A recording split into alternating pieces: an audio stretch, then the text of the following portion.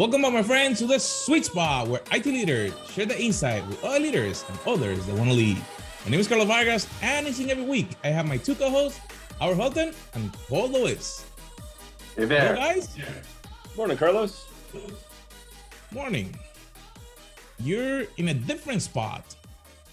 I am. I spent the last 10 days traveling. I got home late last night, crashed out, got up just in time to kind of roll to the podcast and didn't have time to set my laptop up this morning. So unfortunately, I'm in my kitchen on my iPad, but at least I'm home. Yeah. And Paul, are you traveling or you're home? I was traveling. Now I'm home. However, Saturday I'll be traveling again, 2 different cities.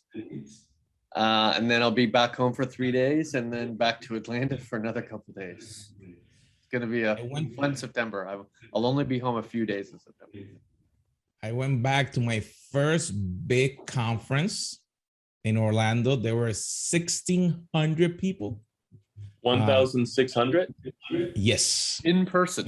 Wow. In person, plus the online presence, because it was a hybrid event. And I'm going to the second one at the end of this month for entrepreneurs and marketing. That one is a little bit similar. It was a very different experience than the little 100 people connection groups. And so it was very interesting. So I went to a con on Sunday, one day. I didn't realize that it was going on, or I would have probably planned my entire trip to Atlanta around it. But Dragon Con was in town. Dragon Con being the big tabletop gaming convention, right? It started in the 80s at some point around Dungeons and Dragons, and they had 42,000 people. They capped attendance for the whole thing, and they sold out of the Sunday and Monday passes. And I was, of course, there on Sunday. Wow. But they actually did a pretty good job of mask enforcement, and they made sure everyone either had an on-site COVID test or an up-to-date immunization card. Like an on-site 15-minute antigen test kind of thing? Yeah. Nice. Yeah, and you had to wear a mask 100% of the time unless you were actively eating or drinking, which could only occur in certain areas. Right. Off the trade show floor. Yeah. Did you end up acquiring any goods? Oh yeah, I spent a small fortune on stuff.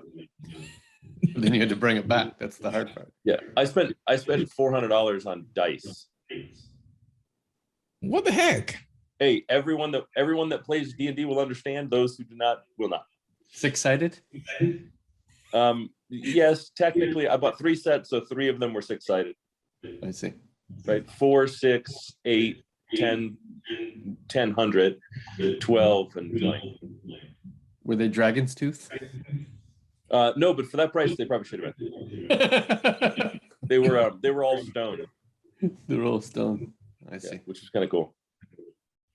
So, it's interesting that we're talking about different conferences that have been targeted specifically at a population or a target audience, and they were able to accomplish something and get people to go. But what about when someone just say, hey, let's do something? So they're not aiming at anything. Will they ever hit anything, or they will not hit anything? What do you think about that? I was half envisioning you talking about either a bow and arrow or a crossbow in order to make this transition.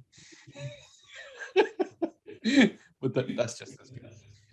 I was thinking of it last week as I was in my very first in-person client meeting.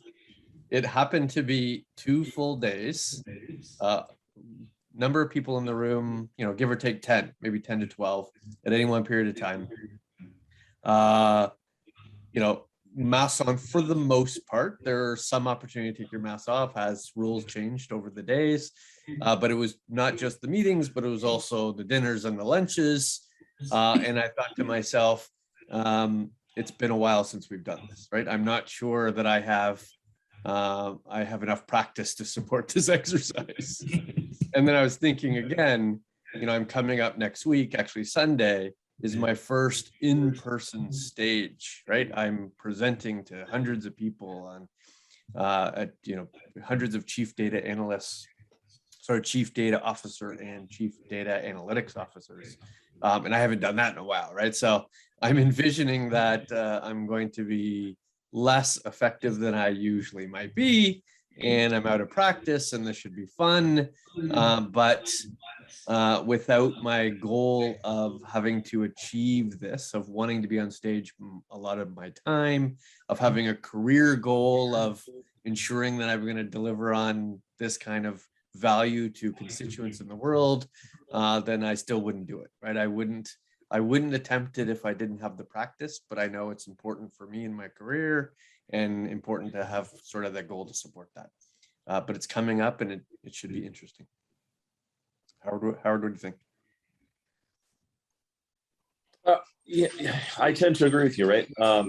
It's amazing how, if I look back on like the last 5 years, when that became a major goal of mine, right, to be on stage, to be speaking in front of people, how all of a sudden it happens. Whereas before, when I didn't do anything about it, when I didn't have a plan to accomplish it, nothing happened. Right. I too was on stage earlier this year. Right. We talked about it, I think, a little bit, the mental health hackers. Right. It turns out I was their closing keynote. But you didn't know that till after the fact. No. And I wasn't really like the closing keynote. I was just the last person to speak. But yeah, it was funny. We got a review back that said, the speakers were okay, but I really liked the closing keynote, which everybody thought was funny, and myself included. But yeah, it is amazing how once you actually set that as a goal and you work towards that goal, it was like opening a door that you never had noticed before, right? As though you're fighting against something over and over again, and then you notice the door and you're like, wait a minute, I never saw that door before, and you kind of crack the door open and you go, oh, that's the path to what I've been trying to get to. Yeah. But it's very much like setting that destination and working towards it is really what opened the door. There wasn't anything else standing in the way before that. So we've had a pause in many ways for 18 months. Have you redefined what your goals are? Have you redefined what either the destination or the waypoints are going to be, or are you still on the same target? It was just sort of delayed for a bit. Well, yes and no, right? I still have the same target. I still have the same goal, but yeah, I paused it and put another goal in place, and now I'm trying to work towards that, right? Which is the analyst thing that we do, and trying to see, can I create a reputation in that, for that within that industry, which is actually a supporting relationship, right? It's a supporting goal of being on stage. And part of that really is, ties back in, right? Because if I can establish relationships as an analyst, then I can also get on stage as an analyst, right? And they kind of it reinforces the value of having, having someone with this beard on stage.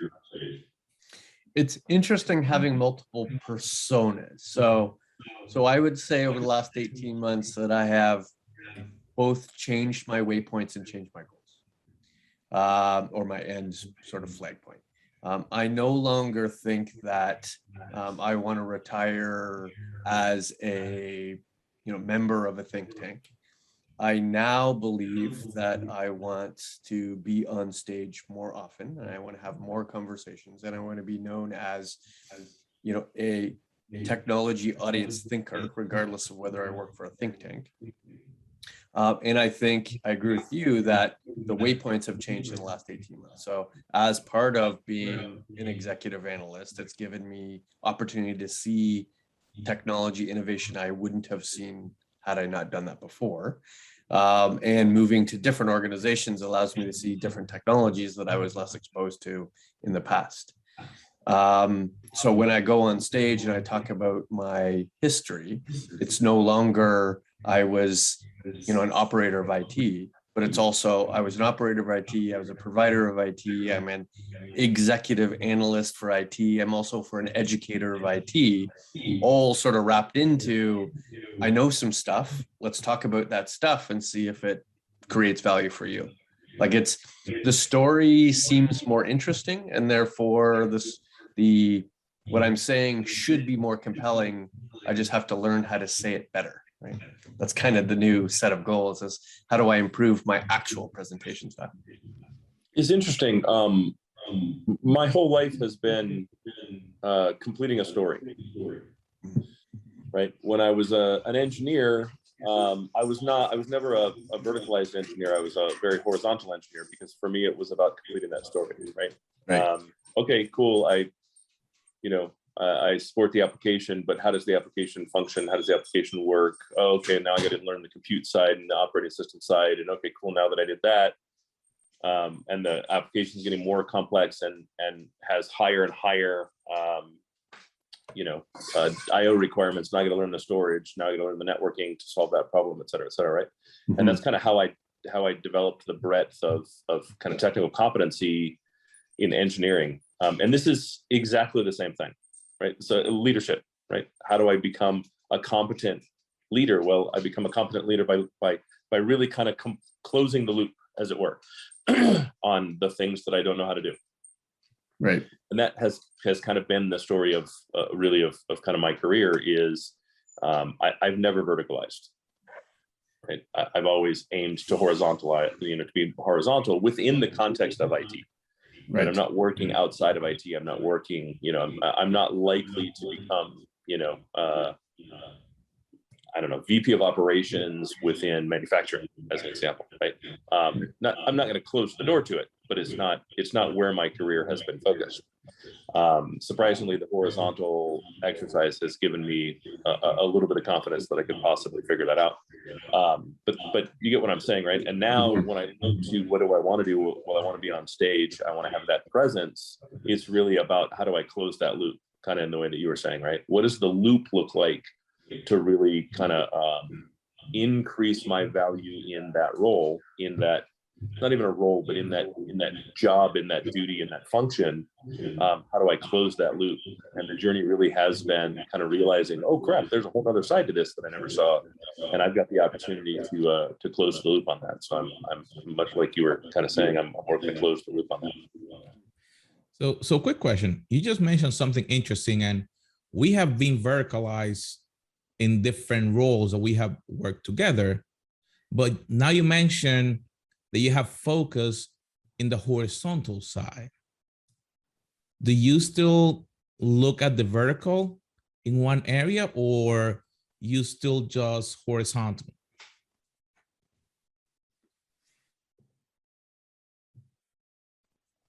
I'm not actually sure how to answer the question.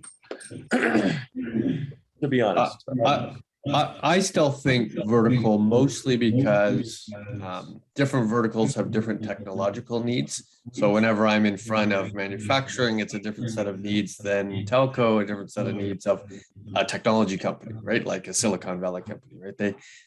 They perceive innovation and invention differently when it comes to technology, and therefore you have to have sort of different talks to support that.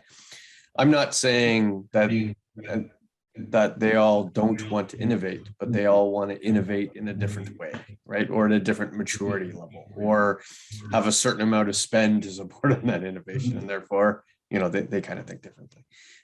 So I do think vertical, even though the delivery of those vertical solutions tends to be horizontal technology, right? It's so one should deliver analytics in the cloud, right? As an example. So what does that mean? Here's the framework to support that. Here's a architecture that makes sense to sort of surround your data estate. All those things are true.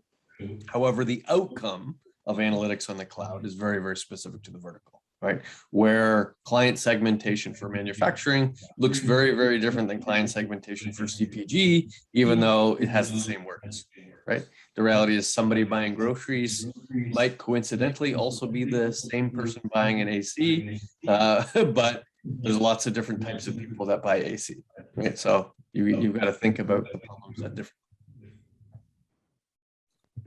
So I had a little bit of background noise, so I think I actually missed that portion. And I was trying to figure out where you were going with it, and I missed the verticalization of the customer. Yeah. I tend to look at that as a series of lenses, right? Where the underlying kind of components are all the same. The lessons really are all the same, and the lens is simply within application. I think it's what made us effective when we worked together before, because the ability to take lessons learned from any other industry that may actually have been leading the charge within, some piece of technology, and then figure out how to apply it to another vertical was just applying a lens. How do I take the lessons learned in pharmaceuticals using virtual twinning and apply that to financial, right? How do I take the fact that financial is leading within blockchain and apply that to manufacturing, like those sort of things. So I do think the vertical is important. It's the same reason why, I currently work in manufacturing, because I'd never worked in it before, because I find how the verticals apply the technology, how they use the technology, how they use the things that I've seen, the things that I've done in a different way to affect a different outcome. I find that fascinating. Right. And it's the hardest problem to solve. Like it's relatively easy from a technologist perspective to implement a platform, right? Thou shalt implement these 15 services connected together to perform work, right? And everybody needs that. Everybody needs to go find some data, put it into a data lake, massage it into a data warehouse and make it readily available for consumption of the users. The hard part isn't that. Like that's in many ways commodity work. It just is work that has to get done. The hard part is saying, how do I access that information to actually create some insight specifically for the vertical, specifically for the department, specifically for the individual that's trying to make some sort of business decision. That's much more difficult. And what you might think that these should be consumable things, right? I should be able to go to a registry of services and algorithms and outcomes and download them and implement them. It's just not true, right? It's like there might be basic client segmentation algorithms. That's not giving me client segmentation for grocery in Eastern United States. That's a dimension that simply doesn't exist. And the way you would do client segmentation for grocery in the Mid-Atlantic is likely going to be different for Walmart and Whole Foods. Right. Like the dimensionality for each client is in fact different and needs to be different. Right. Part of the challenge is, how do I define my own market that really ties to not only the customers that I have and why people buy from me now, but who I want to buy from me, who I can, who is that? What does that look like? And that's all the fun. I don't actually find it fun doing the technology implementation anymore. I find it really fun living within the gray area that is the nuance within each customer, within each vertical, within each individual application to a company. So at what point in your technology career, in your CIO, CTO-ship, did you say to yourself, I need to get out of my technology implementation operations budget and into the OT, business operations, business innovation, business insight world? I wasn't even in leadership at the time.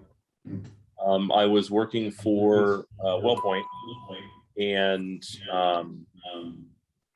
had kind of become bored of what I was doing and saw an opportunity for something else, and really kind of force made that switch. And in an effort to retain me, they said, sure, we'll do that. And then they never actually supported it. So it never really accomplished what I set out to do. And then I left. Right. But it was kind of there that I realized we're just doing technology for technology's sake. There's no outcome basis for this. And then I left and went to another company that I found.